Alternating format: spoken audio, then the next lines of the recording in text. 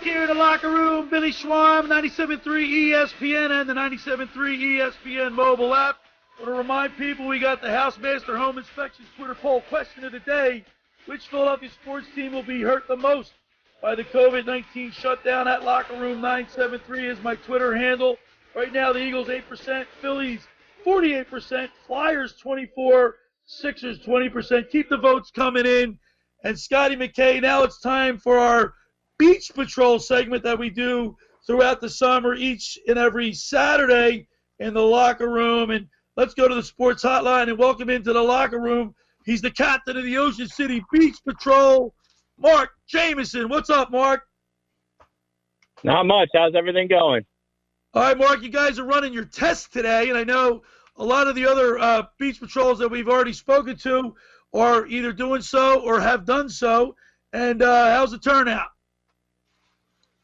So far, so good. We have 67 people turn out today, and they got great conditions. Beautiful day on the beach right now. We're currently running our Surf Dash, our third event of our scored events that we do for our rookie candidates, and they look like a lot of athletes. So it's good to see some kids that might not have come in another year, but because of COVID, one of the positives is they don't have all the tournament play and the club sports going on right now. So these athletes are looking for some summer work that lets them enjoy some fitness as well as be a part of professional life saving.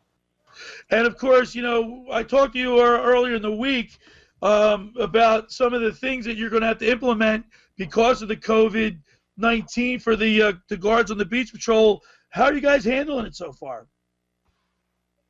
It's an ongoing challenge, but it's one that we prepared for. In emergency services, we all train to be, with bloodborne pathogens and PPE. So it's just taking one more step to ensure our employee safety. So we've done different training on how we approach a medical situation on the beach, and even on how we rescue somebody. Because obviously, a EMT can show up to a house that's called 911, and they can already have gloves, a face mask, a ventilator on, or a respirator, and where when we go out to rescue somebody in the water, you can't really bring that stuff with you. So we've gone over how to, approach a victim that's active, and even breakdown policies where if we have an exposure or we think that somebody had COVID symptoms or they got, a lot of contact, we have procedures now for those things. And, we follow the state and the CDC guidelines, as well as the guidelines that have been set forth by the USLA and the South Jersey Chiefs Association. So, as far as the beachgoer coming, they probably won't see all the differences, except for we don't have two people sitting inside the stand together at Ocean City. But for our employees, there's a lot of new checklists that they have to go through and procedural things to ensure their safety and our safety with the public. We're talking with Mark Jamison, captain of the Ocean City Beach Patrol. Tell our listeners, the guards, when they start the day, do they still have to go to muster? To explain to our listeners what muster is and how they disseminate among the... Traditionally in Ocean City, we do what's called muster, where they would all have gone to a zone headquarters, and there about 30 people to 40 people would have gone, and they do roll call, and we do a little bit of education on the day and education for our craft, and then they just get their radios and they would disperse to their beach to open up. During COVID, we've gone directly to our beach. So the employees are showing up directly to their beach. The radio is already there with a bucket that's full of hand sanitizer and stuff to sanitize equipment in the stand. So they can utilize that throughout the day. And so that's a change. And we're still going through. We've gone a lot of virtual. So now the kids are actually part of an online classroom, and they get those educational notes and the guidelines for the day and their rostering sent to them the night before on the virtual classroom, and they have to sign off that they've witnessed and read it. And so the education's still getting there, but it's just, we might have taken a step forward, but it's definitely different from tradition. But we're a glass is half full community, and we're ready to take on the challenge and adapt. And, it's a beautiful day, and the people are down the beach. They want to be here. So, of course, as a life-saving agency, we want to be there ensuring that they're protected. That's cool. Hey, Mark, it's Scott McKay. How are you? Doing well. Yourself? Good. So I'll try to speak for all the alumni of the Ocean City Beach Patrol, but Longport's on a 4-year win streak here, dominating some of the races. Have we been doing any recruiting over the winter to get some big time swimmers or rowers into Ocean City to help us out?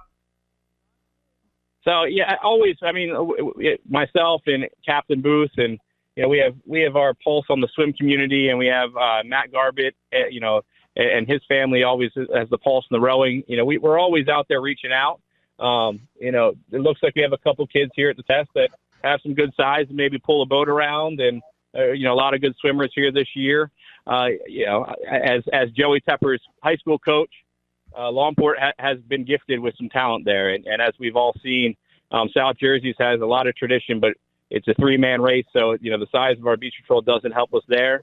We're always looking to improve and compete, and we hope that this year we have the right balance. If we're lucky enough to have racing later on in the season, and we're always optimistic. We got some great talent. We have always placed pretty well, and like anything, there's ebbs and flows. We've had a couple of ebbs.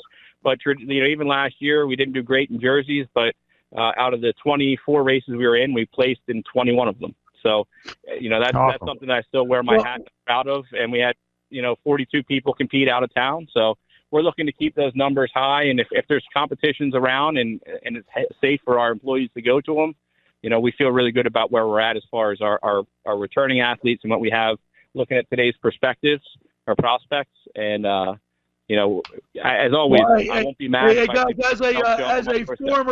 as a former Longport Beach patroller, I'm very proud of Mike McGrath, Sean Duffy, of course, Joey Tepper, those guys doing a great job. But it's always good to see Ocean City in the mix. And what are some of the events today in the tryouts?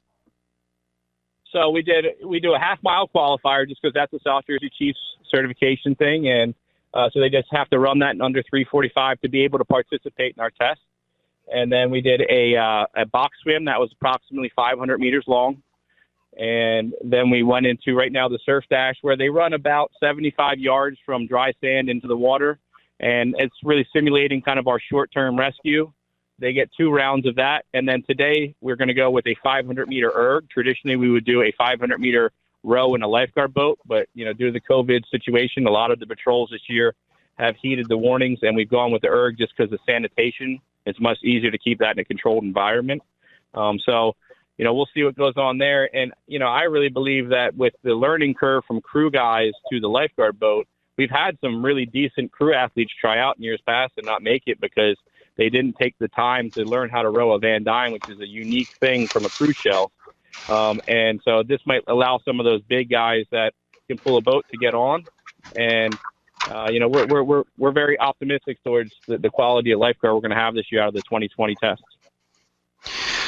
Yeah, I don't mean to turn this to because it's a positive thing what these guys do every day, but we've had some tragedies in the last couple of years from Ocean City Beach Patrol alumni. I mean, Chuck Betson, we recently lost Steve Green, Tommy Ashley, Jay Hitchcock, Timmy Sullivan, Kirk Alexi. I mean, guys that I worked with for years.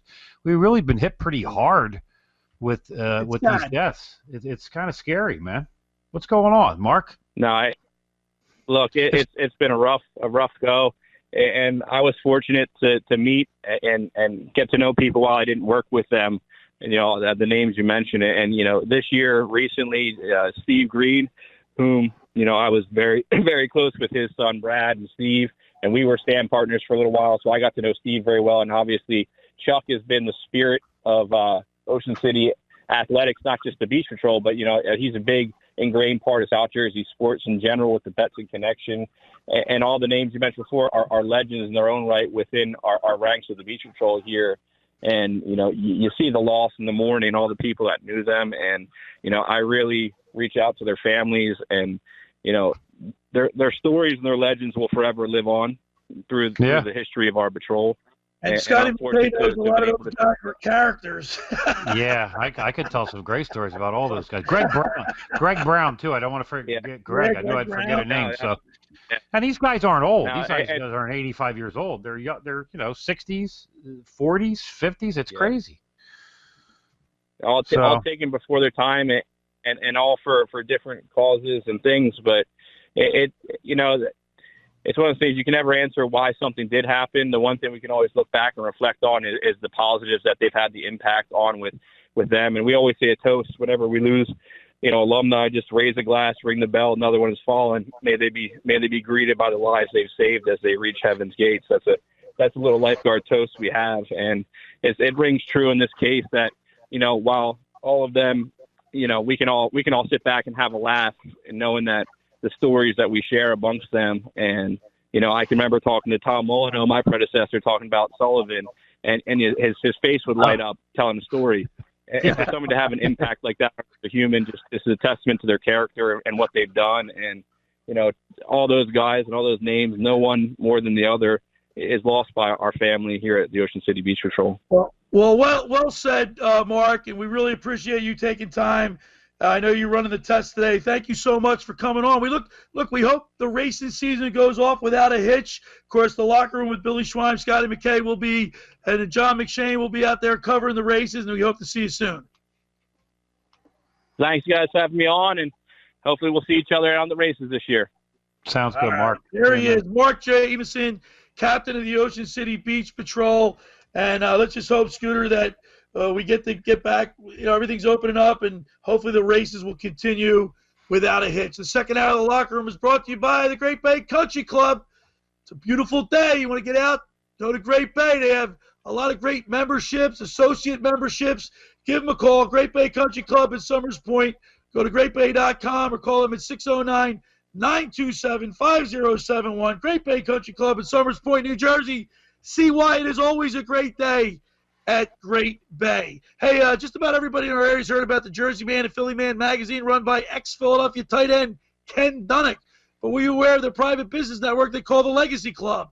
Every month they hold private events at upscale locations in Philadelphia, South Jersey that attract over 200 top business people.